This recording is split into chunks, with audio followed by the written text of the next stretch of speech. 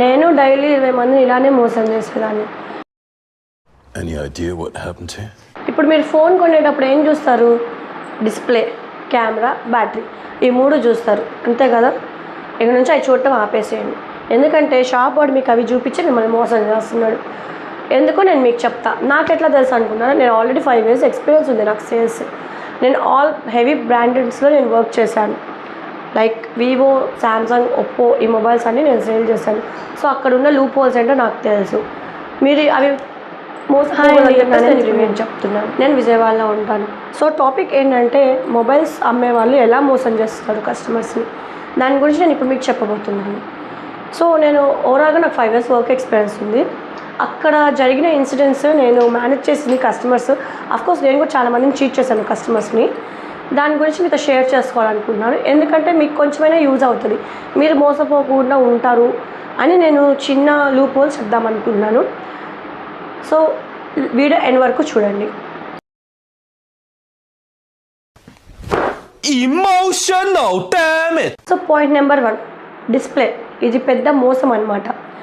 మీరు ఏం చేస్తారు, మొబైల్ చూడడానికి వెళ్ళినప్పుడు కలర్ చూస్తారు, డిస్ప్లే సైజ్ ఎంత ఉందో చూస్తారు. ఓకే, డిస్ప్లే పెద్దగా ఉంది, కలర్ఫుల్గా ఉంది, లైటింగ్స్గా ఉందని చెప్పేసి తీసుకుంటారు. కానీ అలా చేయకూడదు. ఎందుకంటే మేము డెమోస్ పెట్టినప్పుడు వివిడ్ మోడ్ యాక్టివేట్ చేసి పెడతాము. దానివల్ల ఏంటంటే ఫోన్ కొంచెం బ్రైట్గా కనిపిస్తుంది అనమాట.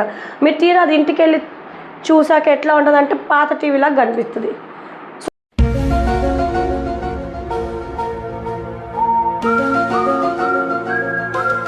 మీరు ఏం చేయాలంటే ఫోన్ డిస్ప్లే ఎట్లా ఉంది, కలర్స్ ఎట్లా ఉన్నాయని చూడడం ఆపేసేయండి.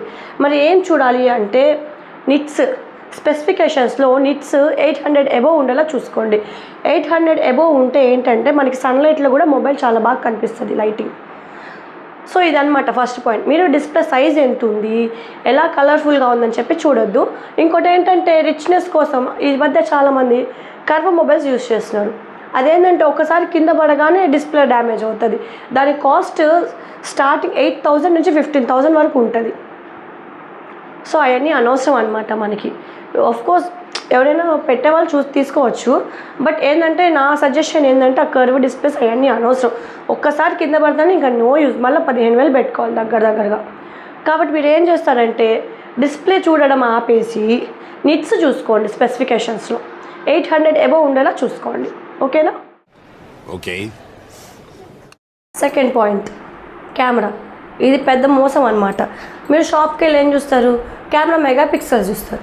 ఆ షాప్ వాడు ఏమంటాడు, మీరు అడిగిన దాన్ని బట్టి 108 మెగాపిక్సెల్ అన్నా సూపర్ వస్తుంది అసలు. 108 అంటే ఏమనుకున్నాను ఓ అని చెప్పేసి చెప్తాడు. కానీ మ్యాటర్ అది కాదు అసలు. మీరు కెమెరా టెస్ట్ చేయాల్సింది మెగాపిక్సెల్లో కాదు. ఇదైతే వేరే ట్రిక్ ఉంది, ఇది ఎవరికి చెప్పం మేము అసలు ఫస్ట్ ఆఫ్ ఆల్. సో మరి ఎలా చూడాలి అంటున్నారా, దీనికి కూడా చెప్తాను. మీకు అదర్ బ్రాండ్స్కి 108, 50, 64 అట్లా ఉంటాయి. మరి ఐఫోన్కి ఎంత మెగాపిక్సెల్? 12 మెగాపిక్సెల్ ఉంటుంది. మరి ఫొటోస్ ఎందుకు అలా బాగా వస్తాయి ఆలోచించండి. మరి ఐఫోన్కి 12 మెగాపిక్సెల్ ఉంటుంది, దీనికి వచ్చేసి 108, 210 అట్లా సంథింగ్ డిఫరెంట్గా ఉంటాయి.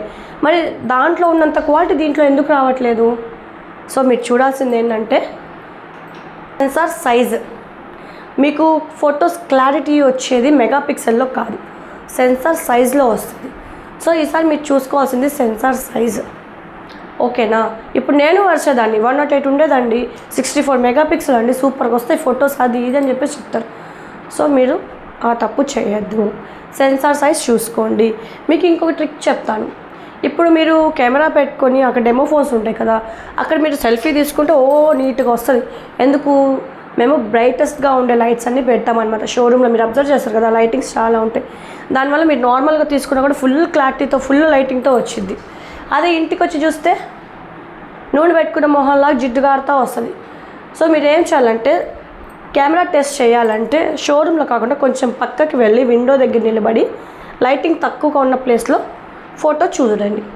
అక్కడ మీకు అర్థమవుతుంది ఏ సెన్సార్ ఎట్లా ఉంది, క్వాలిటీ ఎట్లా వస్తుందని చెప్పేసి మీరు అది టెస్ట్ చేసుకోవాలి.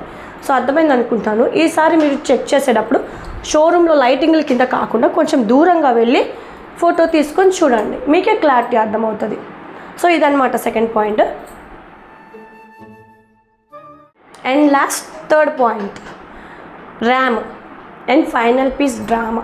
ఇది అసలు చాలా బిగ్గెస్ట్ మోసం అనమాట. మనం షోరూమ్కి వెళ్ళి ఫోన్ కొనడానికి చెక్ చేసే 3 చెప్పాను కదా, డిస్ప్లే ఒకటి, కెమెరా ఒకటి అండ్ ర్యామ్. సో మనం ర్యామ్ కాదు చూడాల్సింది, ప్రాసెసర్ చూడాలి. ప్రాసెసర్ ఎందుకంటే ఇప్పుడు ఆ షాప్ వాడు కూడా చెప్తాడు 8 GB ర్యామ్ అన్న, ఒక్కటే పీస్ ఉంది, ఇంకా అవుట్ ఆఫ్ స్టాక్, అది ఇది అని చెప్పేసి చెప్తాడు. మనం చూడాల్సింది ర్యామ్ కాదు, ప్రాసెసర్. ఎందుకంటే మనకి ప్రాసెసర్ మంచిగా ఉంటే ఫోన్ బాగా రన్ అవుతుంది. ర్యామ్ వల్ల ఉపయోగం లేదు, జస్ట్ స్టోరేజ్ కోసమే.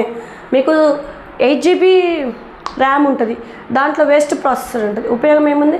4 GB ర్యామ్ ఉన్నా కూడా దాంట్లో గుడ్ ప్రాసెసర్ ఉంటే ఫాస్ట్గా రన్ అవుతుంది. మొబైల్ అనేది ల్యాగ్ ఉండదు, ముందు అసలు హ్యాంగ్ అవ్వదు ఫస్ట్ ఆఫ్ ఆల్. సో మీరు చేయాల్సింది ఏంటంటే ప్రాసెసర్ చూసుకోండి, స్నాప్డ్రాగనా, మీడియాటెక్ అని చెప్పి చెక్ చేసుకోండి. అంతేగాని 8 GB ర్యామా 4 GB ర్యామా అని కాదు. సో మీరు ఏం చేయాలంటే ర్యామ్ బదులు ప్రాసెసర్ చెక్ చేసుకోండి నెక్స్ట్ టైం వెళ్ళేటప్పుడు. ఈ విషయం షాప్ వాడు చెప్పడు, ఎందుకంటే కమిషన్ ఎక్కువ ఉన్న ఫోన్ అమ్మాలి.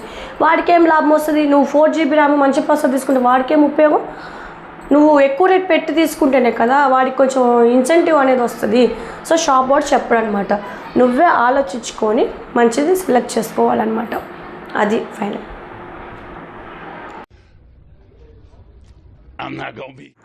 చూసారా, మనం ఏం అడగట్లేదు, షాప్ వాడు కూడా అదే చెప్పి మనకి ఇచ్చేస్తున్నాడు. సో మనం ఏం చేయాలంటే ఇక్కడ నుంచి అయితే జాగ్రత్తగా ఉండాలన్నమాట సెలెక్ట్ చేసుకోవాలి. నేను చెప్పాను కదా, డిస్ప్లే, కెమెరా, బ్యాటరీ కాదు చూడాల్సింది, నిట్స్ స్పెసిఫికేషన్స్లో నిట్స్ చూసుకోవాలి. Second sensor size and processor check చేసుకోండి. నేను ఈ 5 yearsలో 1000+ మెంబర్స్ని నేను చూశాను, ఎందుకంటే నేను కూడా డీల్ చేశాను వాళ్ళని.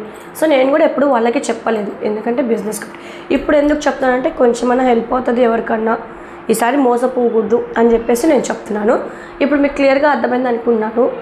మీరు ఒక పని చేయండి, నాకు కామెంట్ బాక్స్లో మీకు జరిగిన ఇన్సిడెంట్, లైక్ మీరు మొబైల్ కొన్నప్పుడు మిమ్మల్ని ఎలా మోసం చేశారు, మీరు ఎలా మోసపోయారు అని నాకు ఒక స్టోరీలా పెట్టండి. నేను నెక్స్ట్ టైము మీరు పెట్టిన స్టోరీస్లో ఒక 3 పిన్ చేసుకొని దాని నుంచి ఎలా తప్పించుకోవాలి ఏంటి అని నేను సొల్యూషన్ ఇస్తాను. సో వీడియో నచ్చితే లైక్ చేయండి, షేర్ చేయండి, ఎందుకంటే వేరే వాళ్ళు కూడా మోసపోకూడదు కదా. సో సబ్స్క్రైబ్ కూడా చేసుకోండి. Thank you. మళ్ళీ నెక్స్ట్ వీడియోలో కలుస్తాను, అప్పుడు దాకా షాప్ అని నమ్మకండి. Okay, bye.